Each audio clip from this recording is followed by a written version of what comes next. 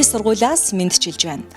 Тус сургуулийн хувьд их дэлхийн 408 зохист чадварлаг мэрэгжилтнүүдийг бэлтгэх үндэс суурийг тавьж өгдөг.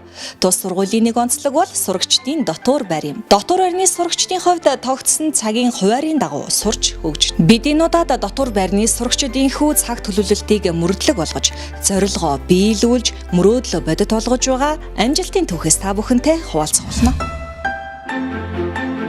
Хүн болгон сонирхол гэж байдаг. Энэ тал одоо миний сонирхол бол хэл сурах. Тэгээд ерөнхийдөө энэ сонирхолтой хөтлөгдөд энэ сургуулийг анх сонгох болсон. Тэгээд энэ сургуульд орснороо би англи хэл мөн турк хэлийг одоо өндөр түвшинд тэгээд маш сайн суралцах боломжтой гэдгийг одоо анх мэдсэн учраас энэ сургуульд орж ирсэн. Тэгээд одоо миний хувьд гэх юм бол турк хэл англи хэлтэй хангалттай хэмжээнд очсон гэж өөрийгөө бодож байгаа. Тэгээд мөн дээрэс нь ахлагангийн сурагчид нь турк хэл болон англи хэлнээс гадна орос хэл, мөн дээрэс нь герман, япон, солонгос, хятад гэсэн 5 хэлнээс өөрийн хүссэн хэлээ сонгож одоо суралцах боломжтой байдаг. Энэ нь бас надад маш их таалагддаг. Тэгээд миний хувьд болохоор би одоо герман хэлийг сонгож суралцж байгаа. Тэгээд мөн дээрэс нь би өөрөө орос хэлтэй. Тэгэхээр энэхүү сургуульд орсноор 5 хэлтэй болсон гэж үзэж байгаа. Одоо гадаадын өндөр боловсролыг эзэмшиж авахд надад маш том түлхүүр болж байгаа гэж би бодож байгаа. Манай ахын сургуулийг амжилттай төгссөн. Тэгээд манай аав ээж энэ сургууль сурахыг зөвлөсөн байгаа. Сургуулийнхаа төгсөгчдөө их бахархдаг. Тэгээд мөн тэднэртэй адилхан гадаад ихтэй сургуулиудад тэтгэлэгтэй суралцахыг хүсдэг. Одоо жишээлбэл юу вэ гэх юм бол жишээ нь би англи дээр IELTS ч юм уу те TOEFL гэх мэтлэн шалгалтыг өгөөд одоо тэнцэж өөрөдөө хангалттай хэмжээнд оноогоо авч чадах юм бол би гадаадын ихтэй сургуульд 100% тэтгэлэгтэй хөнгөлөлтөөр суралцах боломжтой. Энэ нь бас одоо энэхүү сургуульд сурсны үр ашиг мөн дээрэс нь одоо миний ирээдүйн зорилгыг тодорхойлж өгч байгаа болов уу гэж би боддог. Тийм учраас би энэ сургуулийг сонгосон.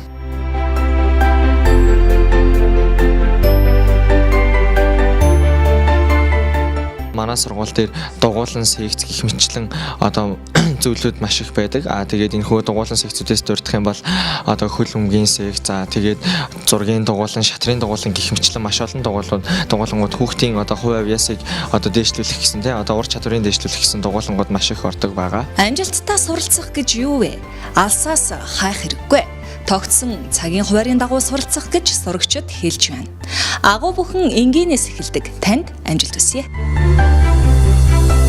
Дотор байр нь тогтсон цагийн хуваарьтай байдаг. Өглөө 7 цагаас босоод 7 цаг 30 минут гэхэд цайндаа ордог. 8:20-оос ном уншил эхлээд энэхүү ном уншлагын цаг дээр бид нэр уран зохиолын ном өөрсдийн ерөнхийдөө хүссэн юм мэдхийг хүссэн тэрхүү номнуудаа одоо уншиж одоо ерөнхийдөө бол хүүхдийн ерөнхийдөө харах өнцгийг одоо нөгөө тал руу тэлж өгдөг гэж хэлэхэд болно. Үүний дараа хичээл эхлээд бид нэр өдрийн хоолны цаг болохоор 1 цагийн хугацаанд үргэлжилдэг. Үүнээс хойш 3:30 хүртэл хичээл орно. Хичээлээ дуусаад хүүхдүүд маань дугуйлт секцэндээ яваад дотор байрны эхний тавтлага маань хэлдэг. 6-аас 7 цагийн хооронд эхний этюд гэж ордог. Этюд гэдэг маань болохоор одоо бидний хичээлийг хийх өөрсдөө одоо нөгөө гэрийн даалгавар гэх мэтлэн зүйлүүдийг хийх цаг байгаа. 8-аас ерөнхийдөө 12 дугаар ангийн сурагчид одоо миний хувьд авч ярих юм бол 8 цагаас хойш 10:40 хүртэл одоо нийтдээ ингээд нийт 4 этюд хийдэг байгаа. Энэхүү 4 этюднээс хойш болохоор бид нэр дахиад 15 минутын ном уншлагын цаг хийгээд энэ үүний дараа одоо унтдаг байгаа. 9 цагийн хуваарьтай яснаар бид нар цагаа үр дүнтэй дэмий зүйл өнгөрөөдгөө. Миний хувьд уралдаан тэмцээнд амжилттай оролцдог. Тэгээд энэ жилийн хувьд гэх юм бол хөдөө аж ахуйн их сургуулиас явагдсан олимпиад, 21 аймгийн донд явагдсан олимпиад, аймгийн олимпиад, дархан салбар зөвлөлийн нэрмжтэй олимпиадуудаас алт мөнгөн медалийг хүртсэн байгаа. Энэ бүх амжилтуудын маань гол шалтгаан цаг төлөвлөлт байсан болов уу гэж би бодож байна. Тэгээд хүүхд болгон цагаа зөв төлөвлөж чадах юм бол амжилтад хүрэх боломж байгаа.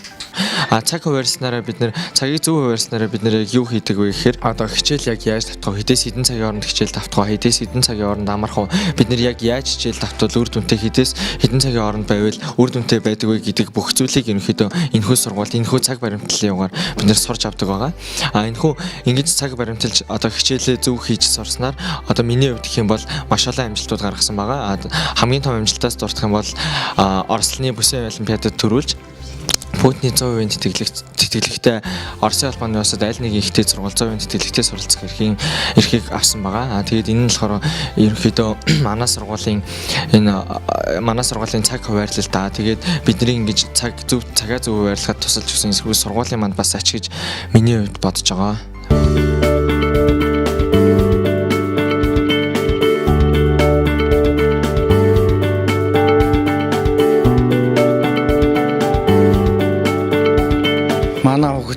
Дархан Эмпати сургуулийн 8-р ангид сурдаг. Анх 6 дугаар ангид элсэлт авч байхад 5 төгсөөл шалгалтыг тэнцээд энд орж ирсэн. Одоо 3 дахь жилдээс оролцож байна.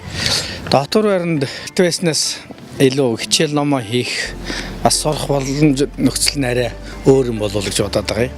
Өөрөөр хэлэх юм бол энэ дээрс хичээл дараад гэрлэг өн гэрээсээ ирэх наан цааш явах хугацаагаа хэмнээд дээрээс нь доктор байранд байхдаа бас хичээл тарсны дараа давтлагын цаг, уншлагын цаг, чөлөө цаг энэ төр гээд бас хуваар үттэй байдаг юм байна лээ. Тэр утгаараа доктор байранд байх нь гэрт байснаас хамаагүй илүү юм болов уу гэж бодоод байгаа юм. Учираас уйлрал эцгийн хурлаа хийн хурал хийхдээ бол бас нэлээд юм шинэлэг маягаар ерөнхий боловсролын сургуулиуд босон сургуулиудыг бодоход ер нь их дажгүй тулж ажилладаг. Дээрээс нь бас эцэг эхчүүдийн дунд тодорхой хэмжээний хүүхдийг хүмүүжүүлэх чиглэлийн ном өгөөд тэр номоороо бас эцэгчүүдийн дунд хуралдаан зохион байгуулаад зөх хэмжээний урамшуул олгодог. Тэр гих мэтчил ер нь өвөрмөц бас арай онцлог арга хэмжээнүүдийг бол явуулаад байдаг.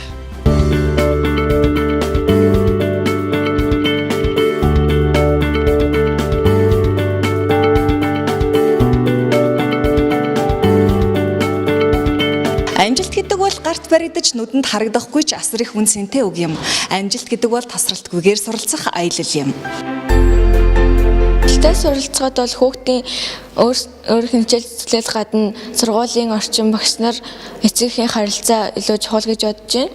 Тийм учраас бид нар ч гэсэн амжилтаа сурдаг юм болов уу гэж би бодож байна. Энэ яг юу вэ гэхээр ерөнхийдөө хүүхдүүдийн сурлага, дотор байр мөн дээрээс нь сургууль бүх зүйлүүдийг ерөнхийдөө хүүхдүүдийн дээрээс нь хүмүүнлэгийн ажил гих мэтлэн зүйлүүдийг одоо ингээд хүн одоо амжилтаа сурахад нөлөөсөн тийм хүн дан амжилтаа сурахын тулд зөвхөн дан хичээл хийнэ гэж байхгүй. Мөн дээрээс нь хүмүүнлэгийн үйл ажиллагаа, дээрээс нь дахиад спорт мөн одоо өөрийн одоо чөлөө цагаа хэрхэн зөв өнгөрүүлэх вэ? Энэ хүртэл амжилтанд хүрэх хамгийн том нууц болдог гэж би боддог. Тэгээд энэхүү зүйлийг манай сургууль яаж бүрдүүлж өгсөн бэ гэхээр ерөнхийдөө орчин нөхцөл тэгээд энэ одоо гадаад хөлбөмбөгийн талбай, сагсан бөмбөгийн талбай гэх мэтлээ. Мөн дээрээс нь найрсаг хамт олон багш нар нь ерөнхийдөө манай багш нар бол биднэрт үргэлжийн одоо тусалж мөн хэрэгтэй зүйлүүдээр байнгын одоо ингэж дэмжлэг тусалцаа үзүүлдэг байгаа.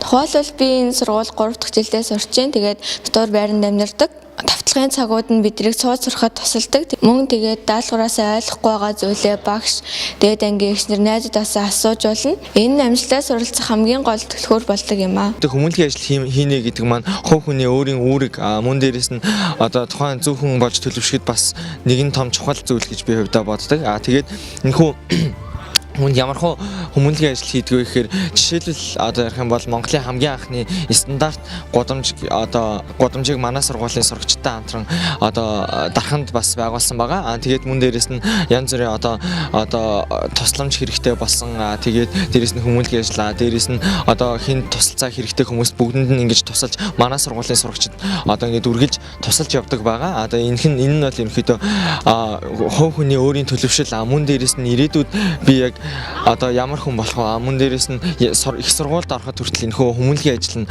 хүмүүст одоо энэхүү сурагчид маань маш их түлхэц болж өгдөг байгаа. Тэгээд ерөнхийдөө амжилтаа сурах гол үндсийг ерөнхийдөө бүхэлд нь бүрдүүлж өгсөн болов уу гэж би хувьдаа сургуулаа бодож байна. Тийм ээ. Бидний ирээдүйн энэ өдрөөс яг энэ мөчөөс шалтгаална. Илүү сайхан ирээдүйн төлөө хамтдаа.